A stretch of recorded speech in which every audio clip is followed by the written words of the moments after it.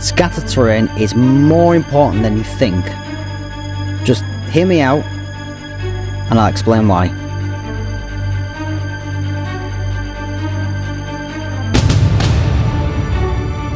Packs of terrain like these ones from T&D Combat are fantastic if you just want to open a box, spend a couple hours painting some terrain and get them on the gaming table later that night.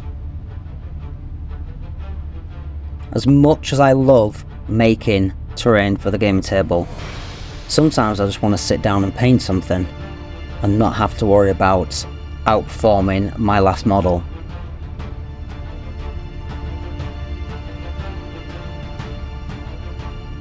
The main focus of gaming tables are ideally going to be the models you're playing with and maybe the core terrain, so we never need to go too crazy on the scatter terrain.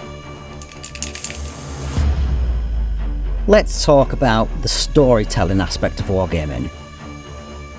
Beyond the strategic maneuvers and tactical decisions, every wargame is, at its core, a narrative waiting to unfold.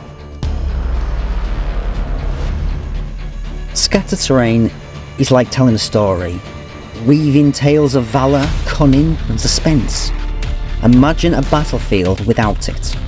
A blank canvas, void of the dramatic twists and turns that make each one of our games memorable. Scattered terrain can be the catalyst for narrative depth. I mean, picture this. A desperate charge across an open field where every step is fought with anticipation, or a tense ambush behind the cover of scattered ruins, where the outcome hangs in the balance. These scenarios aren't just chance occurrences, they are actually crafted chapters in the story of our wargaming universe.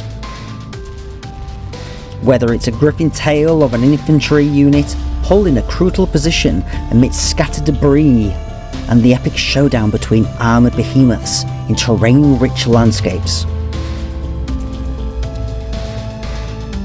Scattered terrain provides the backdrop for unforgettable memories. It's the difference between a simple clash of forces and an engaging narrative that unfolds with every dice and strategic choice.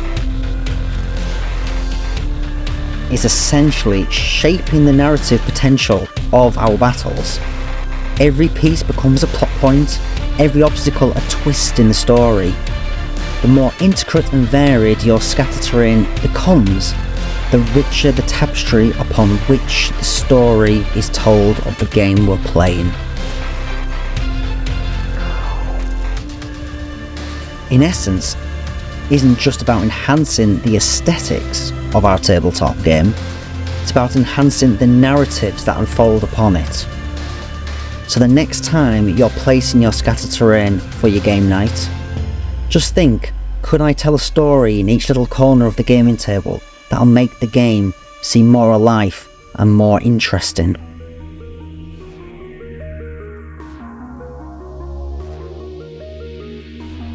Okay, so let's also talk about immersion and realism, which is also very important in our wargaming setups. I mean, it's one of the main reasons we play on these tabletop games. Think about it this way.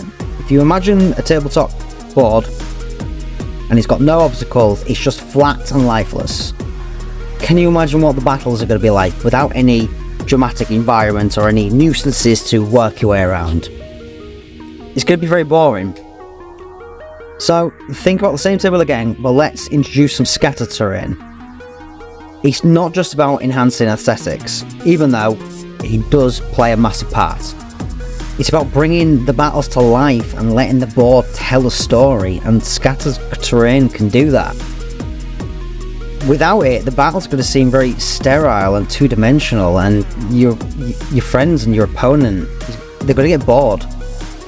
So with the addition of things like, rocks and strategically placed crates and gravestones, and even like remnants of ancient ruins, suddenly the tabletop just comes to life. It's like a living, breathing world.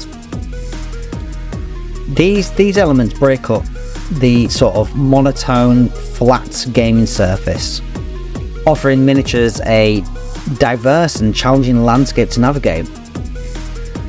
I mean, picture your infantry or your characters advancing cautiously through dense forests, or even vehicles strategically manoeuvring around scattered debris. It's just a sense of realism in wargaming is what we crave.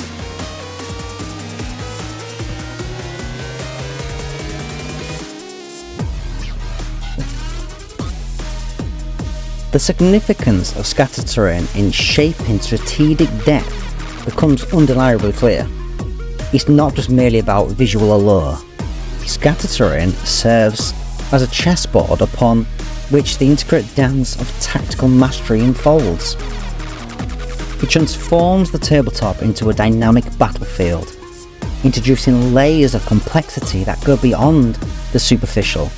It's about the strategic possibilities that each element can present itself.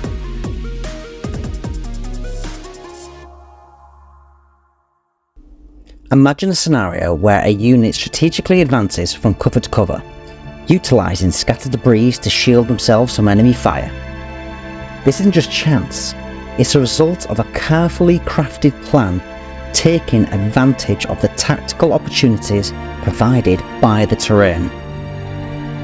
It's also a toolkit for tacticians. It offers distinct advantages and challenges. It's about exploiting the cover, utilising that line of sight blocker, and seizing strategic points that can turn the tide of the battle in your favour. Planning your moves around these elements introduces a whole new layer of depth to the battles. It's about anticipating your opponent's actions, predicting their manoeuvres and adapting to the ever-changing landscape of the tabletop. Scattered terrain forces you to think several steps ahead, adding a satisfying level of complexity to our wargaming experience.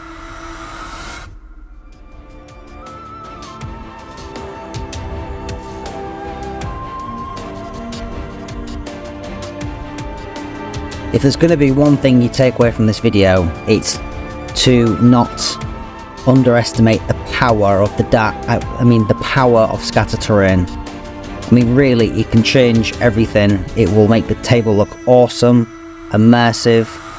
It will force you to think more strategically about your play style, and no one's going to get bored. Everyone's going to have a good time.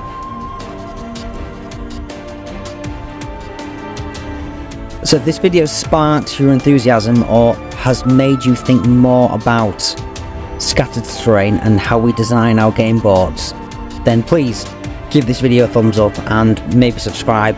I plan on doing similar content like this in the future, and if you have any other thoughts or suggestions, then please put in the comments below so other viewers can also read it.